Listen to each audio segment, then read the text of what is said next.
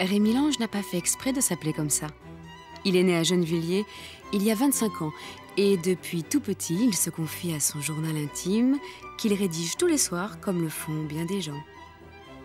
Mais à partir de mars 1993, il décide de continuer son journal avec une caméra Super 8 pour, comme il le dit, enregistrer le temps qui passe, construire sa vie comme un scénario de fiction, se faire son propre cinéma, quoi. Il se retrouve ainsi à filmer ses proches et très vite, une certaine mise au point lui paraît nécessaire.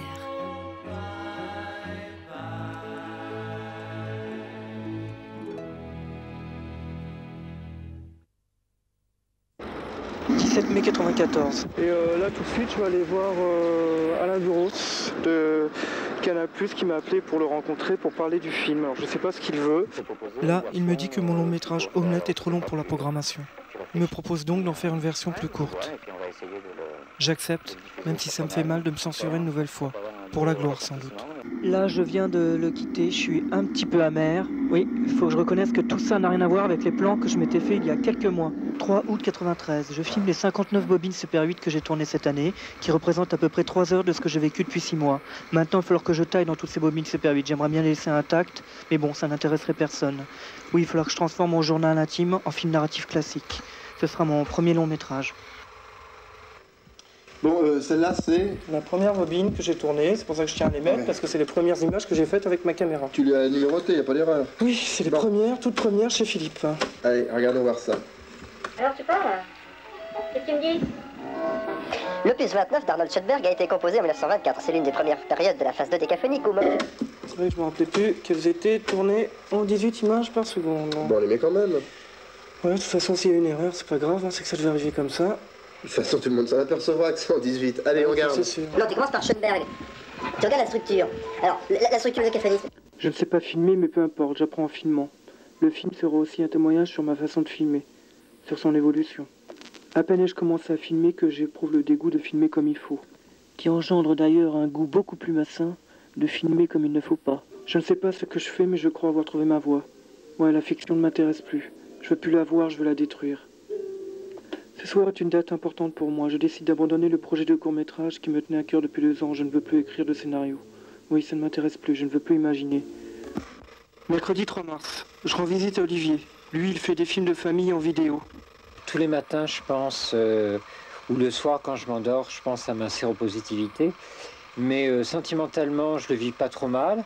J'essaye de... Quand je rencontre quelqu'un, j'essaye à chaque fois de lui dire, pas forcément avant l'acte sexuel, ça peut être après, puisque de toute façon, on prend les mêmes précautions, qu'on soit séronégatif ou séropositif. Je le vis mieux parce que je le dis. Bon. Voilà, je voudrais... Tu sais pourquoi je te filme, là? Non. C'est parce que j'en veux... Enfin, je voudrais le dire à mes parents, mais je sais pas comment leur dire. Et enfin, déjà, est-ce que tu crois faut que je leur dise ou pas?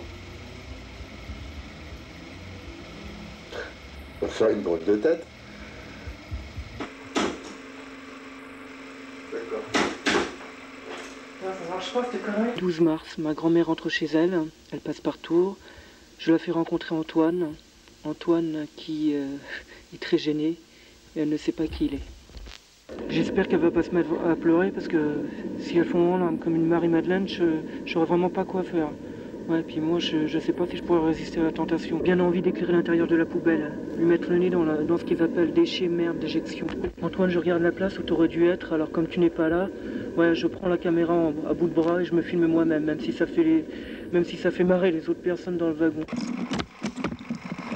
Lundi 12 avril, je me réveille avec du verre pilé dans le ventre.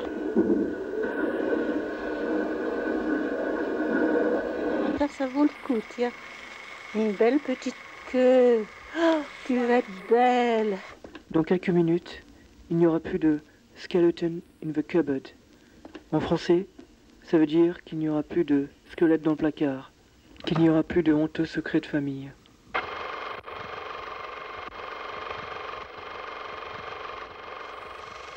Et là, je vais profiter de l'occasion pour...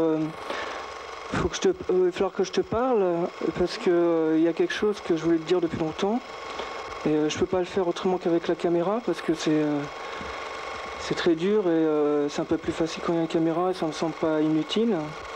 Bah voilà, je voulais te dire que j'ai un copain depuis 3 ans et puis voilà quoi.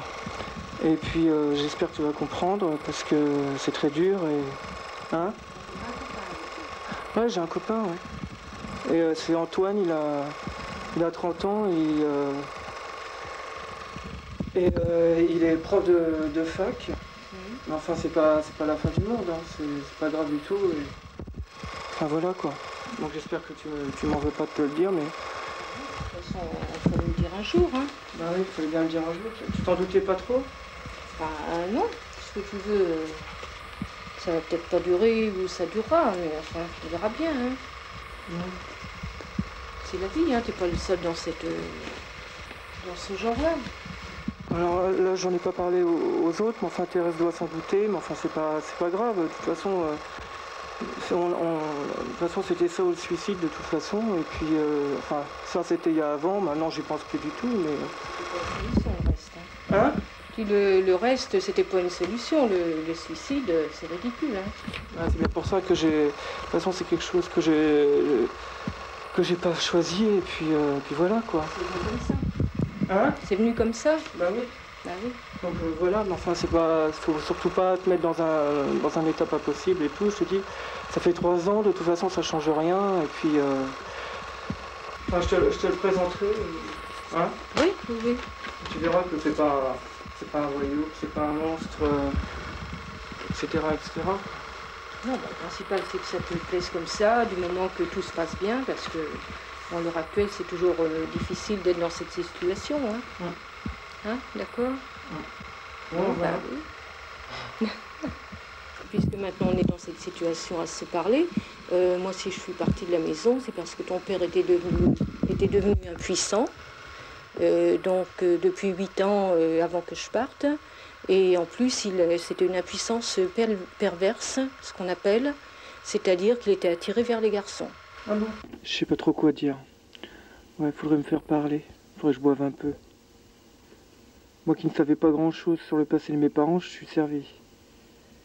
Ouais, de ma mère, je savais qu'elle avait trompé mon père dans les années 70 avec...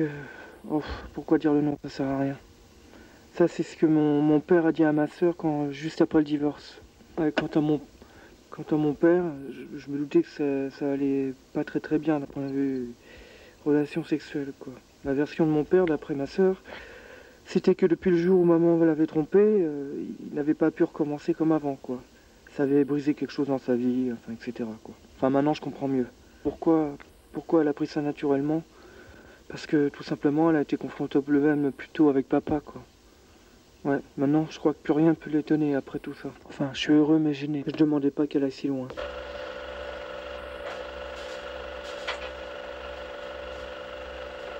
Un jour, je t'avais dit que je filmerais ma mère en lui disant que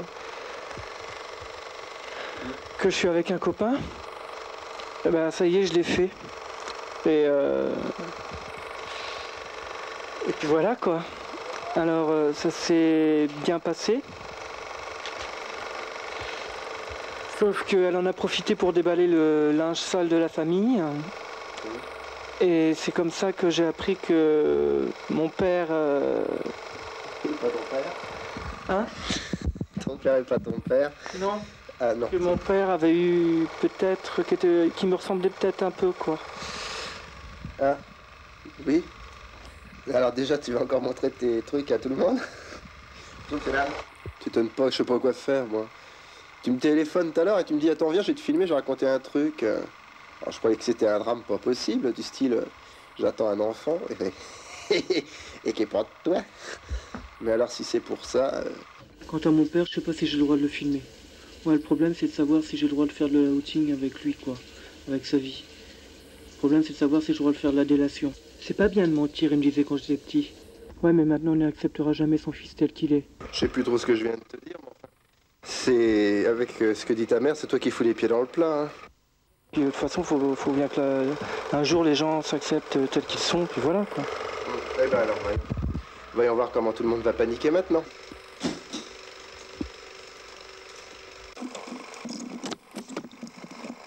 Couper du film, c'est un peu comme monter un saucisson. La pause bouffe entre deux images est amère.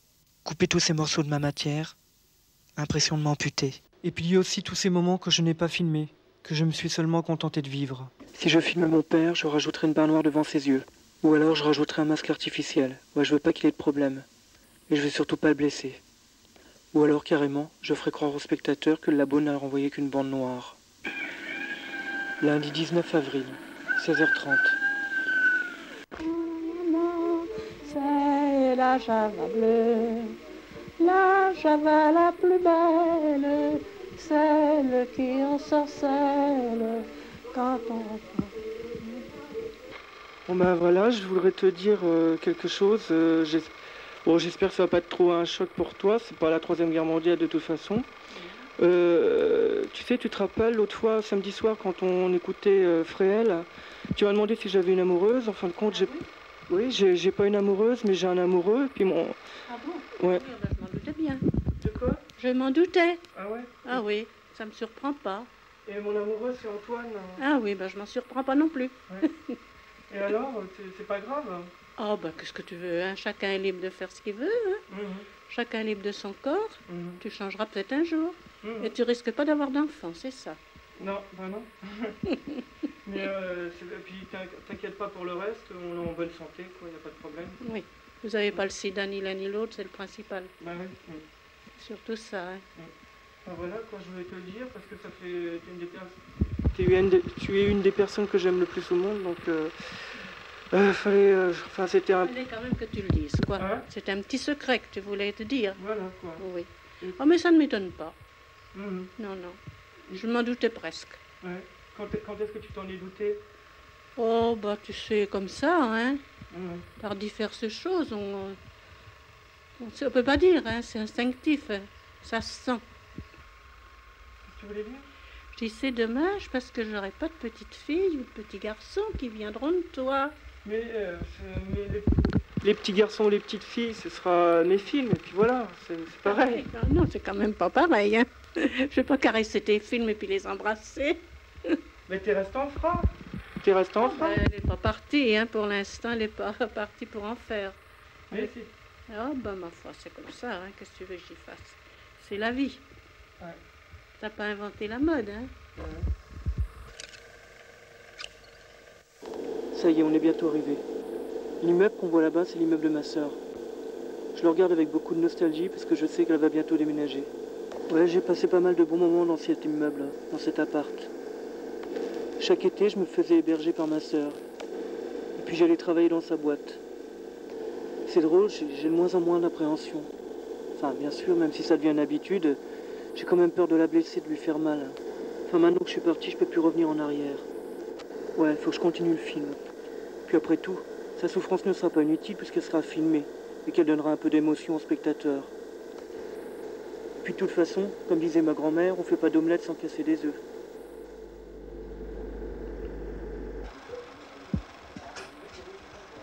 Ben voilà, ça y est, j'ai décidé de partir. Ça fait 10 ans que je suis à Paris. J'ai fait le bilan, il ne me reste pas grand-chose de ma vie. Mis à part des draps peut-être souillés par des hommes qui sont passés comme ça, une âme aussi souillée, un cœur souillé. J'ai envie de repartir à zéro, je m'en vais. J'ai envie de vivre pour moi, au grand air. Je commence à avoir très chaud.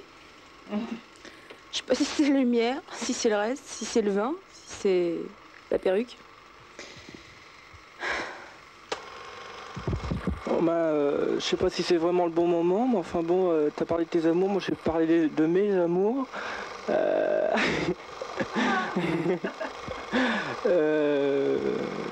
sais pas, c'est peut-être le vin.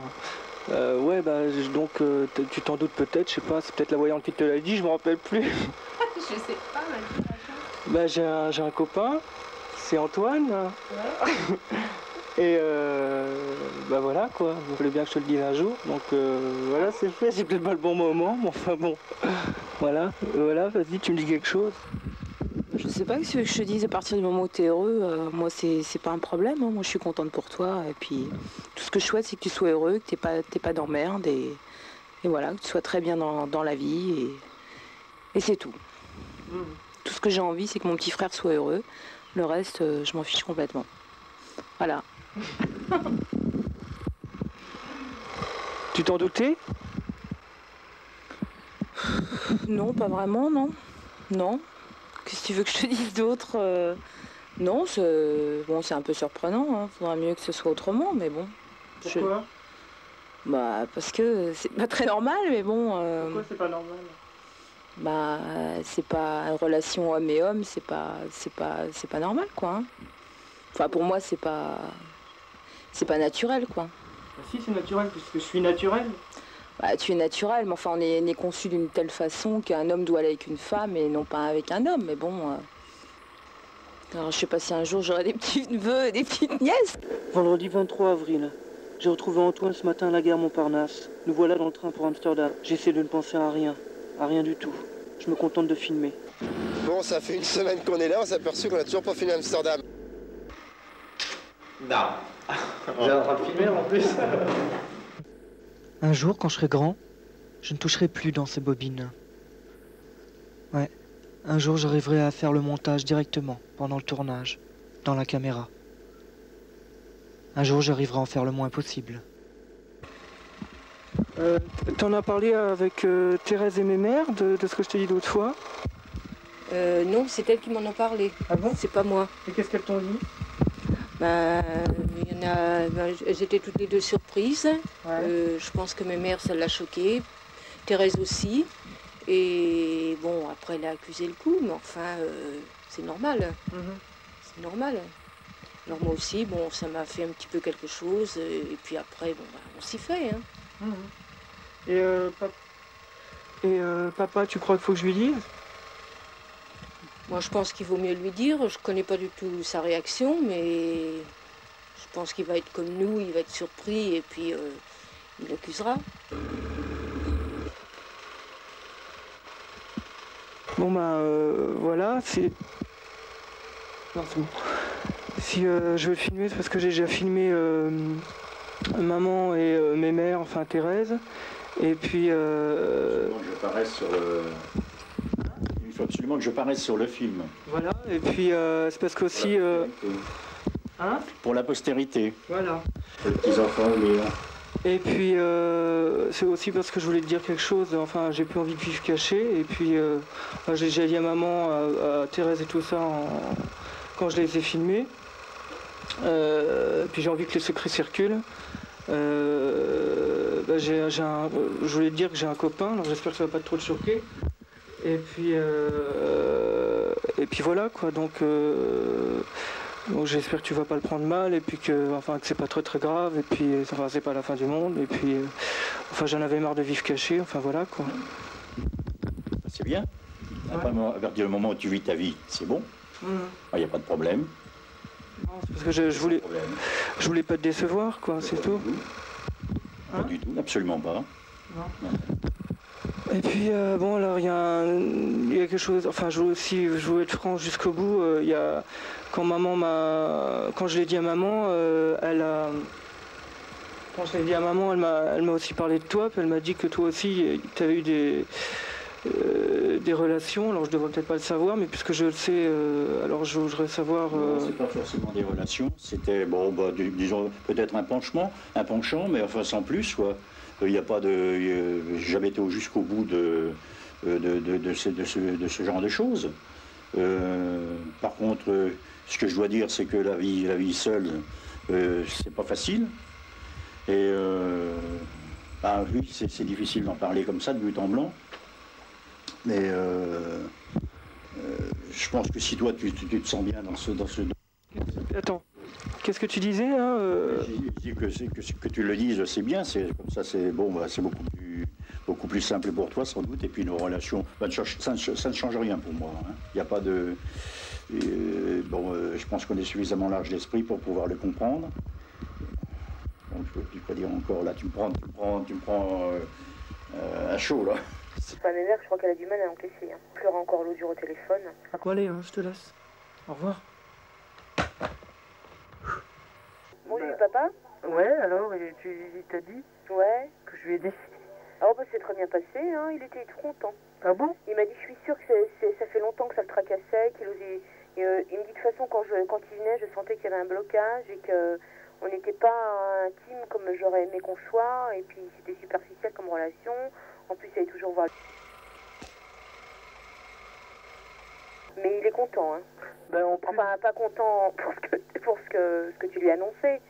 Parce que bon, c'est vrai que ça lui fait drôle quand même, mais il dit bon, c'est pas grave, hein. Tu l'as filmé encore? Bah oui. Toute la famille dit faire de tout ça. je vais faire un film. T'es malade, hein. Mais pourquoi? Dis donc, t'as pas le droit de disposer de l'image des gens comme ça, faut notre autorisation. Je vais vous faire signer un papier, vous allez me la donner. Cher Rémi, si joint ton autorisation, beaucoup à contre-cœur. Non pas pour l'autorisation en elle-même, mais pour les termes employés par ta mère. Je souhaiterais que tu puisses en gommer des passages qui, comme je te le disais, n'ont aucun rapport avec toi, à mon avis. C'est exactement comme si elle cherchait à justifier ta différence comme une tare dont je t'aurais gratifié par le jeu de l'hérédité. Et ensuite vouloir justifier son départ par la même occasion. C'est un roman feuilleton ou une mauvaise pièce de boulevard. Je t'embrasse ainsi qu'Antoine. C'est super d'avoir rencontré Antoine. Antoine il est charmant, il me plaît beaucoup, ça me fait un deuxième fils. Voilà, je sais pas ce que pense Antoine. Ah, j'ai rien à dire. C'est impressionnant quand on entend dire ça. Si. Quand on l'apprend, oui, mais après on s'y fait. Non, mais pour moi, tout à l'heure, ça a été impressionnant. Ah bon? J'ai rien dit, mais j'en passe pas moins. Non, c'est gentil. Moi, ça me fait rien. Ça me fait rien du moment que Rémi est heureux. Pour moi, c'est le principal. Puis bon, sûrement vice-versa. 6 juin 1980. En regardant Olivier parler, je reçois une bonne leçon de relativité. Si je tenais tant à le filmer, c'est parce qu'il m'aide à tout dédramatiser. Et finalement, c'est peut-être la mise à nu de son corps par le sida qui m'a peut-être amené un jour à mettre à nu mes pensées et ma vie intérieure.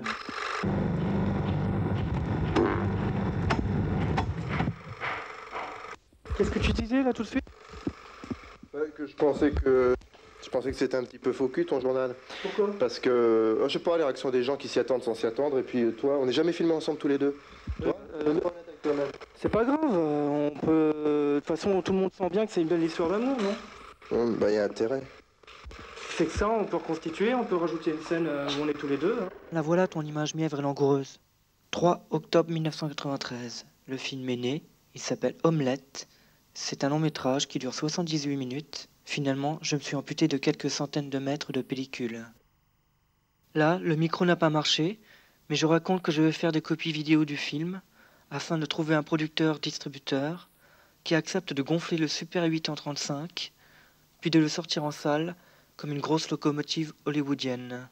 17 mai 1994, première projection du film à Paris au cinéma L'Entrepôt, grâce à Yann Beauvais qui diffuse des films expérimentaux depuis plus de 10 ans. Ma sœur est venue spécialement de Provence pour assister à la projection. Ma grand-mère n'est pas là. Elle voulait venir, mais j'ai honte de reconnaître que je ne voulais pas m'occuper d'elle. Ma mère non plus, mais bon.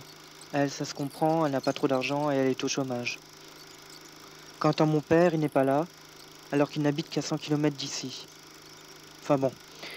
Il m'a quand même écrit ces mots dans le livre d'or qu'il m'a offert avec ma sœur. À Rémi, mon fils, à qui je souhaite le plus vif succès pour son film, révélateur de tant de choses, et où je suis impliqué sur tant de niveaux, en particulier celui de la tendresse que je lui porte. Papa, le 14 mai 1994. Qu'est-ce que tu en penses, là? Il est très bien. Hein? Il est bien. Tu racontes ta vie, tu t'es défoulé, tu as dit tout ce que tu avais sur le cœur, maintenant tu dois te sentir bien. Ouais. Tu revis, en somme. Ouais. Oui, parce qu'autrement, tu étais coincé. Hein. mais je sentais qu'il y avait quelque chose qui n'allait pas, que tu avais besoin de dire, de t'épancher, de te soulager de quelque chose qui te gênait, quoi. Et tu crois que ça peut servir à quelque chose, le film? À ouvrir les yeux à beaucoup de personnes, et non seulement ça, mais à dire ce que l'on pense et à rien se cacher. C'est pas la peine de cacher les choses, de toute façon. On se fait du mal à soi-même, et puis ça n'avance à rien. 25 octobre 1994. En montant les images de nous en train de monter le film, je me dis qu'il faut sortir de ce méli-mélo familial. Et finalement, je suis heureux d'avoir réalisé ce film court, d'être vu par des millions de personnes. Et maintenant, je sais que quel que soit le temps qui me sera donné, j'essaierai toujours d'atteindre mon but. Projeter ma merde sur tout ce qui peut me faire écran. J'espère que tout ça sert au moins à quelque chose. J'espère.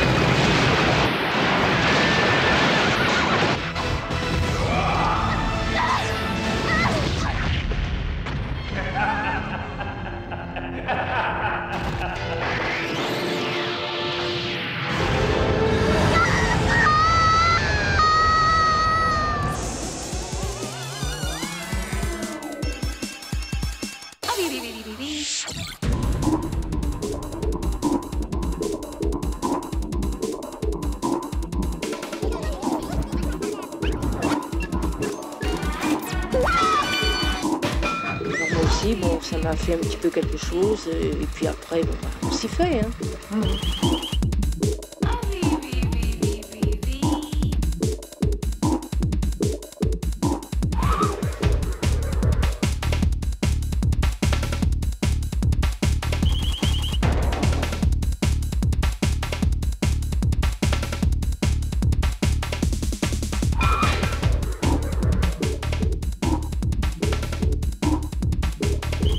C'est la vie. T'as pas inventé la mode, hein.